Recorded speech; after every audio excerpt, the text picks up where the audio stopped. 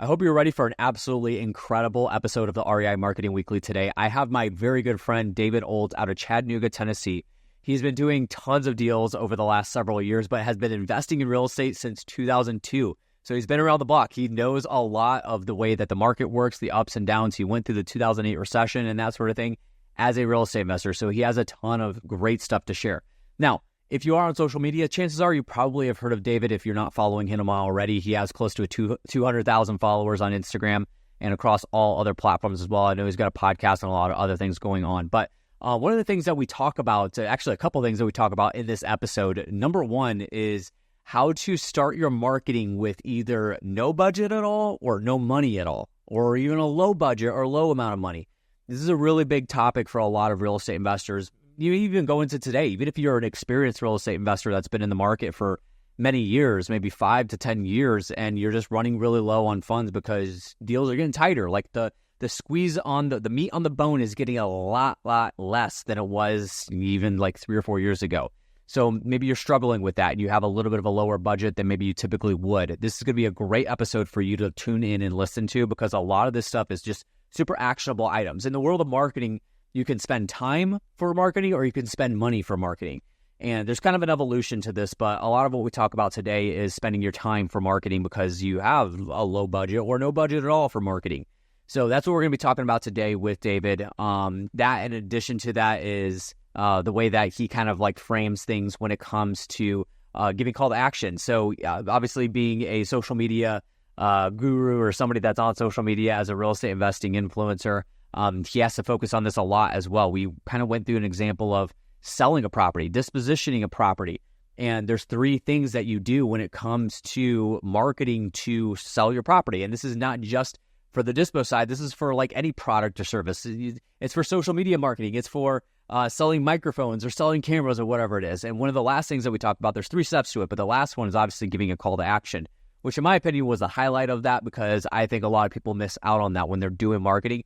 They don't give a proper call to action when it comes down to it. And that is a really big missed opportunity, especially if you're going to spend time and money on your marketing. Make sure you are giving a call to action, a clear-cut call to action.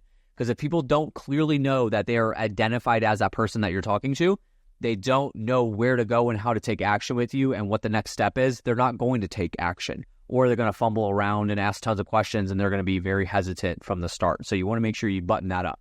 But David also has a couple of really awesome things that he works on. So first thing is if you need closing coordinators and that sort of thing, transaction coordinators, he has easyreiclosings.com. We'll have all that linked down in the description below. You can go check that out. And he also has a lot of really good coaching programs. So I know a lot of people that have been through his coaching programs. And obviously being a very experienced real estate investor, to me, I would prefer to have somebody that has a lot of experience, over 20 years of experience in the real estate investing space to learn from if I'm a real estate investor wanting to get nitty-gritty information and hands-on details with someone. So make sure you do go check all the links down in the description below. I'm also going to obviously link his Instagram handle and his podcast, YouTube channel, TikTok, all that stuff. So buckle in. This is going to be a really great episode. Hopefully you enjoy it. Without further ado, here's my good friend, David Olds. All right, welcome back to the REI Marketing Weekly. It's your host, Josh Culler, and today I am joined by my very good friend out of Chattanooga, Tennessee, David Olds. How you doing, my friend? Doing great, and I'm so impressed that you know where Chattanooga is. I ask people, and they're like, I'm like, it's 2 hours north of Atlanta. It's like an hour, like southeast of Nashville, something like that, right? Yeah, we're like, on the worst day, we're 2 hours to everything. We're like, like right in the middle of like a spoke on a wheel. Yeah, I feel ya. The only reason I know that is because my grandparents live in Harrison, so we have to like drive right through Chattanooga to get there. So, hey, but I love Chattanooga. It's a great little town, right? So, David is a good friend of mine, and obviously, probably there's a very high chance that if you're listening to this podcast, there's a good chance that you follow David on any one of his platforms, podcasts, social media, all that kind of stuff. I will say this, and obviously, like I know Sheik does all your stuff, and like from a social media standpoint in delivering value, you are probably one of the top dogs in our industry that actually does it right, in my opinion. And I'll say this, and this is a really good segue into like the marketing world. Generous. I will take it. Thank you. And well, listen, so hear me out. So I analyze everything when it comes to like looking at what somebody's doing from a marketing standpoint, even if it's just like a certain video that you're putting out. And I think one of the things that really sets you apart is your ability to be yourself and be your brand without any hesitation. It's a poison in our industry, and you know this. You probably could name as many people as I can that they try to front and talk about things that they aren't really actually doing. They're, not practicing what they preach and that sort of thing. And that's a poison in our industry. There's way too many of those types of people out there. And in the marketing world, you have to really be yourself in order to be able to, kind of capitalize on what works and bringing value and that sort of thing. So one of the segues that I want to kind of go into with that is obviously being yourself. Sometimes it's a budget thing. Sometimes it's like, this person in my market is spending X amount of dollars and getting X amount of deals, but I don't have that budget and I have what I work with. So one of the things you and I talked about before we got going, I'm going to hand the mic over to you, is starting off with, you said flat effing broke, and that's what we're going to use. So somebody getting started marketing, very low budget. What's your advice? What's your pitch to them? Yeah, man. Listen, and I tell people, this is what I tell people, if this is the line for broke, we were half a broke. We didn't even have enough to be considered broke. Literally, the market crashed. We moved out of Orlando. Me, my wife, my brother, 2 boys, 3 fat dogs. We had $5,000 between the 3 of us to, for everything. So we were pretty broke. In the marketing space for We Buy Houses, and also in 2010, there weren't all the fancy things that there are now. And, our business doesn't change, right? Like We Buy Houses, we find people with problems. The more problems they have, the more we can negotiate it down. And then we take those deals out and either you put them in your own portfolio or you sell them to a buyer, right? The business is the same. It's marketing and the method of deliverability that changes. That's the only thing that has changed, right? So now we went through, a cold calling phase and we went through a texting phase. Now, it's kind of circled around to PPC and now we're on, paper lead and all that stuff. So the way that marketing message gets changed just over time with technology, but the old ways still work. They work just as good. If you're broke, that's your challenge, right? You've got to figure out a way to let people know that you're doing the thing, right? I'm making chocolate muffins, selling newspapers. I got a soccer team, or I'm buying houses, whatever it is. And for us, we had to look at what were some kind of guerrilla low method, or low cost methods, ways of getting that out there. So, we started out very simply, like driving for dollars, literally handwriting addresses. We'd go home and we'd handwrite postcards and send them out. We did bandit signs. We didn't really do too much door knocking. But like I would run around to laundromats and put up those little pieces of paper with the tear off at the bottom. Yeah. And the thing that you do is actually less important than the idea that you're out there taking action and trying to move the needle. That's the biggest thing, right? I see so many people get discouraged. Oh, I don't have $20,000 or $10,000 a month to run, PPC advertising or, something like that.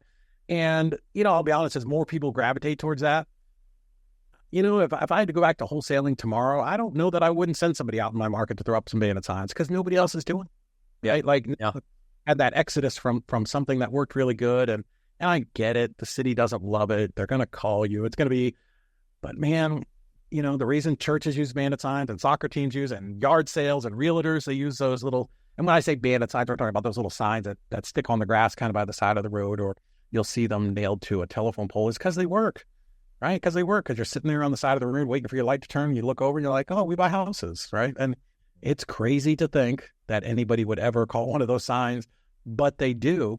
And, and it led to us buying a lot of properties. So yeah, for us, there was definitely an evolution from being, flat broke, to, we got some deals. We were able to take some of that money, reinvest it into our marketing. And, I went from doing handwritten yellow letters and literally handwritten postcards to being able to buy some postcards and, being able to send some direct mail. And, and then from there, we grew a little bit more and, we were able to, I think we started with TTP with Brent Daniels and we were on Talk to People, we're cold calling. We had started our own cold calling center. And then, texting came out and we evolved into texting where we were sending 50 to 70,000 texts a week, which is insane to even say those words now. Yeah.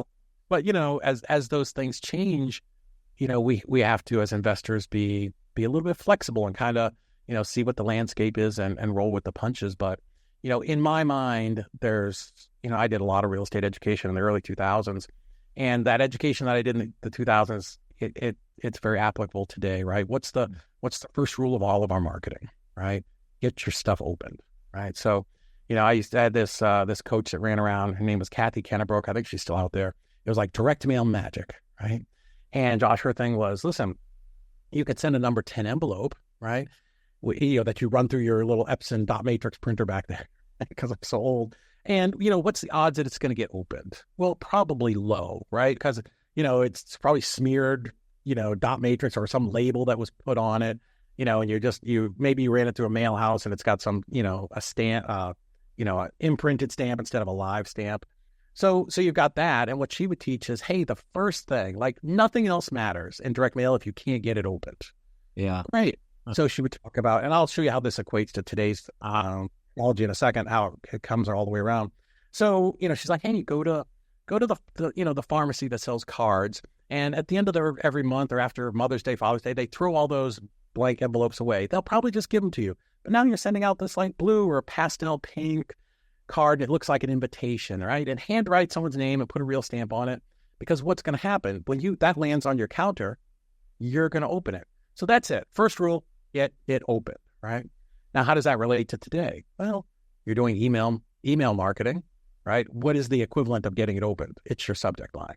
If your subject line is terrible, 32 house in Chattanooga, nobody's opening that nonsense, right? But if it's, hey, I hit the dragon behind the blue dog house, behind the purple house, everybody's opening that. Yeah. I don't even know what's in it, but I'm opening that. And I get it. That's a dopey extreme example, but you got to get it open, right? Yeah. That's the first, nothing else matters. You could have Francis Ebola doing every drop of copyright for you, but if you can't get them to open it, it doesn't matter, right? Mm-hmm. So first rule is you got to get it open, right? So emails, if you're doing text blasting, right? You've got to, that first line that shows up on your phone has got to be compelling. PPC advertising, whatever it is, you got to either get it opened or get it clicked on, right?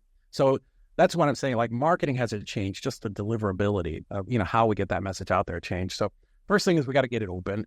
And then once it's open, now we have to have something compelling, right? So in the case of, let's say you're selling houses, you're a wholesaler and you're selling houses and you're on the dispo side, right?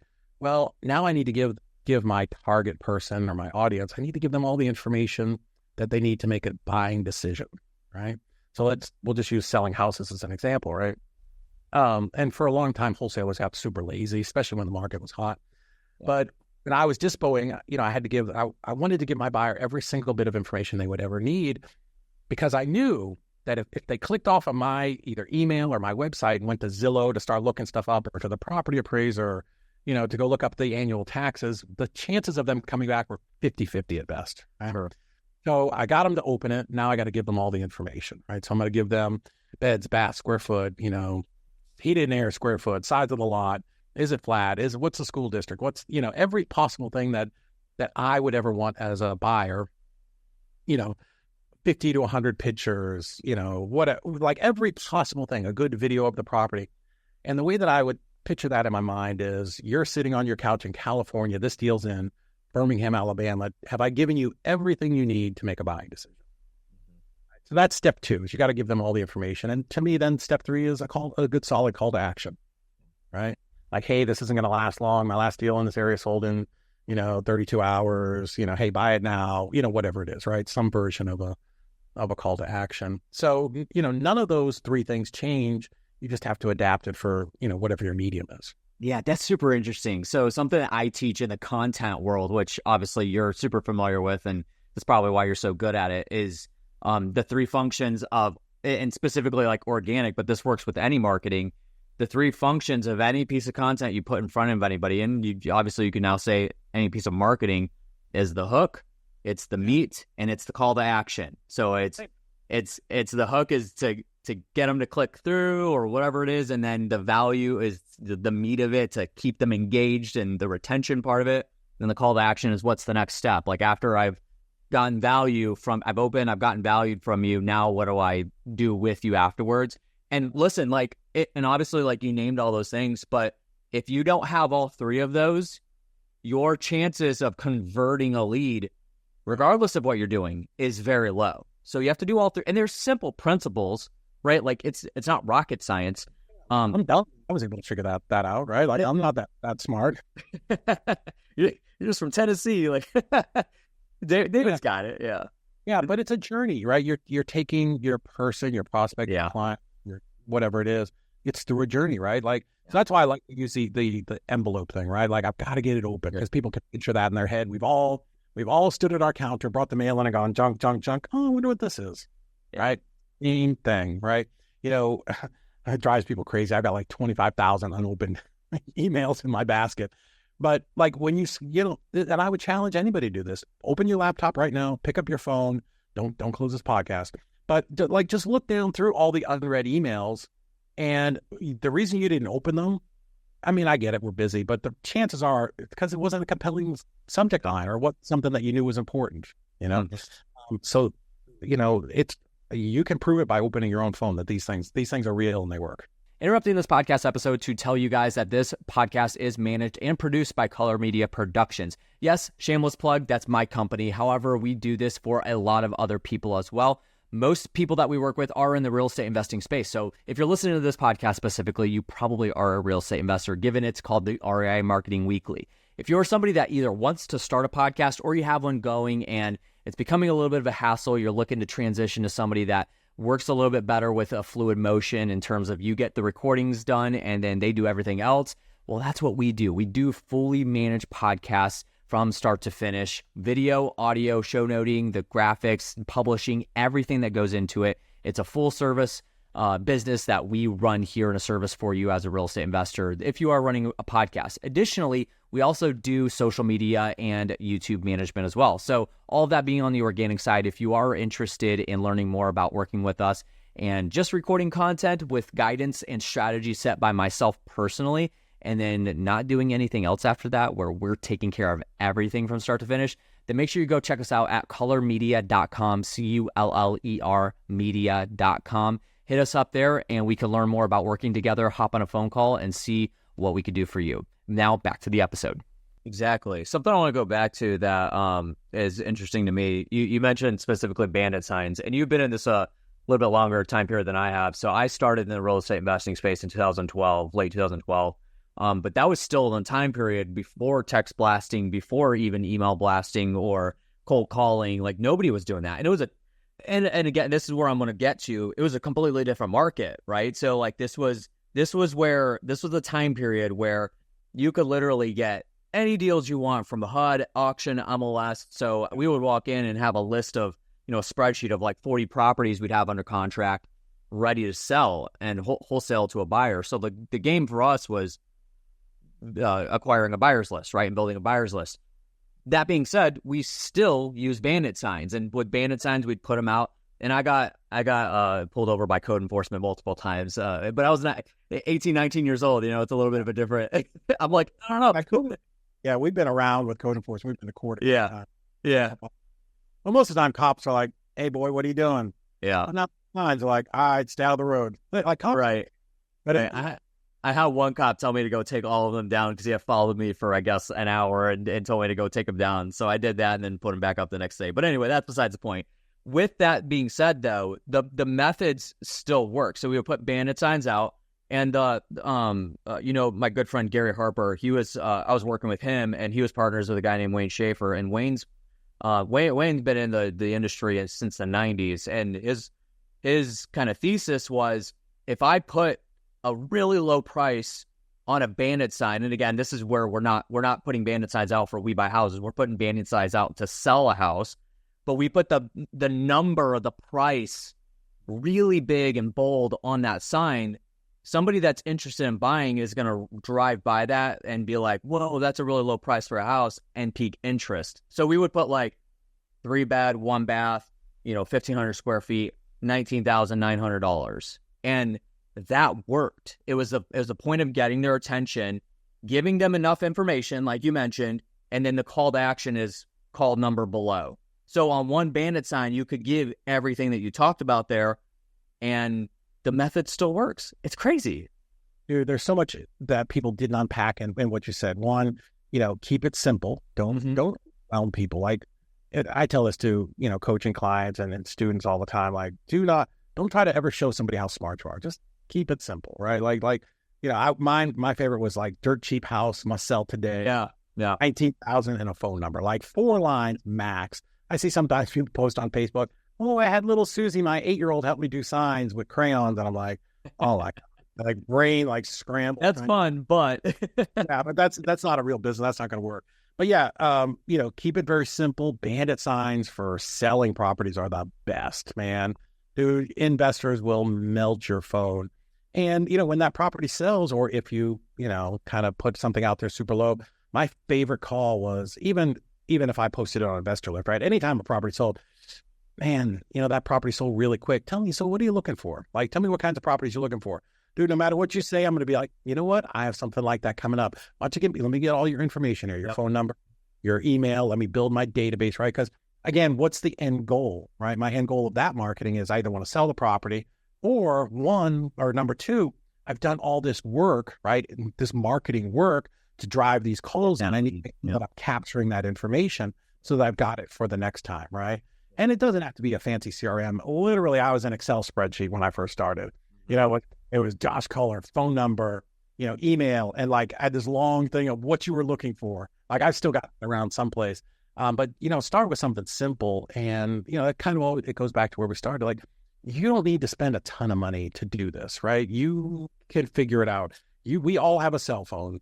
Everybody's got a cell phone, and you can produce your own YouTube content. You can produce your own, Instagram reels, Facebook reels, TikTok, all that stuff, right? Like, there's so many free resources out there, but you just got to get off your butt and go out there and take some action, right? Yeah, absolutely. That's really what separates the people from, who make it and who don't. And also, I and you, we know a ton of people who are incredibly successful that aren't that bright. But they are really good at following directions. Just go do the thing, right? Like my operations manager, Heather, she says, if you do the thing works. Just go do it, right? Don't try to recreate the wheel. And this is something that drives me crazy because I'm 52, almost 53. Like, some of these young kids are like, oh, I'm going to find a better way to do it. Bro, nothing works better than we buy houses. You don't need to come up with some catchy new phrase. Everybody gets it. We buy houses. It works. Yeah, I be said and I hear this all the time. Being in the space that I'm in is like, what makes me stand out? I'm going to try to create something that makes me stand out. And my first thought always goes to, well, okay, cool. Let's figure that out. However, we still need to make sure we lay our foundation for what works, because you might want to do something that makes you stand out, and then it doesn't work, and now you're spinning your wheels in the mud and going nowhere and pouring all this invested time and money into that strategy that is setting you apart, when actually it's bringing you further apart from your goal that you're trying to accomplish with your marketing, right? I get it. Everybody wants to be a disruptor and all of those things. Trust me, I get it. Our company's disrupting, the industry too, but man, you got to have some base of what, and understand what the industry wants and what it needs. And before you start trying to recreate how we're going to buy houses, right? Like, I think it's, dude, I always think, so I'm an athlete and I play sports, and it's just, basketball is my favorite sport to play. And to me, the way I equate it is, and this is business building or marketing, whatever it is you have to start with your fundamentals. First, you have to learn how to dribble with your right hand because that's your dominant hand. Then you got to learn how to dribble with your left hand because that's your off hand. Then you got to learn how to shoot properly, critique your form. It's laying the foundations first, then you can start doing spin moves and reverse layups and step back threes and that kind of thing. That's kind of the way it develops. Is you don't start off with those, high skilled moves and those high skilled, tricks that you're trying to accomplish and these tough shots that you're trying to make. First, you're building your foundation. Then you make these little tweaks along the way. And that ultimately can set you apart, is making just a small little tweak in what you're doing. And then all of a sudden it's like, wow, that was the one trigger that I had to pull that really set me over the top over my competition. So I love, and I use a bunch of those examples, very similar. The difference between the person who stands on the Olympic platform at gold and the fourth place person, milliseconds, right? Seconds. What they've all done is they've mastered the basics, right? Jerry Rice, the greatest receiver ever. Randy Moss, what did they do? They ran the freaking stadium up and down, 20, 30, 40 times a day. Then they went down there and they did sprints, right? They did the basics. Tom Brady, all he did, he threw the ball and perfected that throwing motion, right? Kobe, Michael Jordan, all these guys, they just what do they, they come in 2 hours early and do a couple hundred free throws. They stay a couple hours late, couple hundred free throws, right? They're just mastering the freaking basics. And that's all this business is, man. If you just do the basics, pick up your phone when it rings. My God. Dude, we play this game when I'm traveling all over the country. And if I have a car and we're driving around, we're like, how many We Buy Houses signs do we have to call to get somebody to answer? Usually it's around 8. Yeah. It really is. It's crazy. Dude, same thing with realtors. Like, how are you a realtor and you put all this money on, and you don't answer the phone? Yeah. Postcard, I get a ton of postcards for my rentals. People want to buy them. Nobody answers the phone. I was just yesterday I had an interview, and this interview will probably go out right before yours, is with Brad Woodall. He's down in Atlanta, and he does only probate deals, and most of the marketing he does is online SEO, PPC, and you have to be willing to like answer the phone either live or give the call back within the first like 2 to 5 minutes, because they're shopping at that point. And so the level of, and we talked about like system, like, do you have somebody that actually can handle that and the capacity to be able to handle those phone calls live? And that's just something super basic. It's foundational. It's very fundamental. However, and I think sometimes, and we'll kind of wrap it up with this because we're getting to the end of our time, but like, I think experienced investors oftentimes, depending on a market shift and that sort of thing, I've seen people like, they grow exponentially and they're doing super well. And then all of a sudden they kind of drop off. You don't hear from them again. And then they slowly but surely start making their way back up. And to me, the most experienced investors, when they do get knocked off that pedestal, they're starting back with the foundations. They're right back to where they were, building the foundations, because they know that I kind of got to rework this and retool it. But I know from my mistakes before to keep going and building up as they go along. And that includes your KPI tracking, that includes the budgets you're setting forth into your marketing budgets and all that kind of thing. So, and you could probably attest to that too. Yeah, for us, and again, like, I joke that I'm not that smart. Our kind of mantra here in our company is simple is scalable. Right? I keep the message, the process, the KPIs, the simpler I keep it for my team, the easier it is for me to keep them on track. If my business plan looks like a Simple Mind with Russell Crowe, where it was that whiteboard that's like all the algebra and calculus, dude, nobody can follow that. Like, keep the business simple. A great example of that, and I know we're wrapping it up, go watch The Founder with Michael Keaton. Yeah. Talks about, they literally tape out, the store, the restaurant on a gym floor or something. And they're like, how can we make this simpler so the business can be run by 16-year-olds? Keep it simple, follow the basics, just do the thing, man. The thing works. Absolutely. Dude, I'm going to get you back on. I'm going to just say, I wish we had more time. We're going to get more time with you, but we'll make sure we get you on for another one. But thank you so much for investing your time into this, man. You delivered an insane amount of value in just the short amount of time that we have. Sometimes I'm like, hey, can we go to like 45 minutes or an hour? But I niched into the 15 to 30 minute mark. So come on and talk about a ton of stuff. Absolutely. I'm going to be on your podcast. Like, we're going to be recording that here in a few weeks. So I'm excited about that. But guys, if you want to connect on YouTube and all the things that you really specialize in, and I think it's important for people. So I'm excited. Yeah, I appreciate that, man. But guys, if you want to find David, I'll have everything linked in the show notes below to make sure you connect with him. I'm sure most people that are like listening to this are already following David, but if you aren't, make sure you go follow him on Instagram and listen to his podcast and all that kind of stuff. So, David, dude, thank you so much for spending the time with me and investing a lot of your knowledge. Cool, man. Talk to you soon. I appreciate it, David.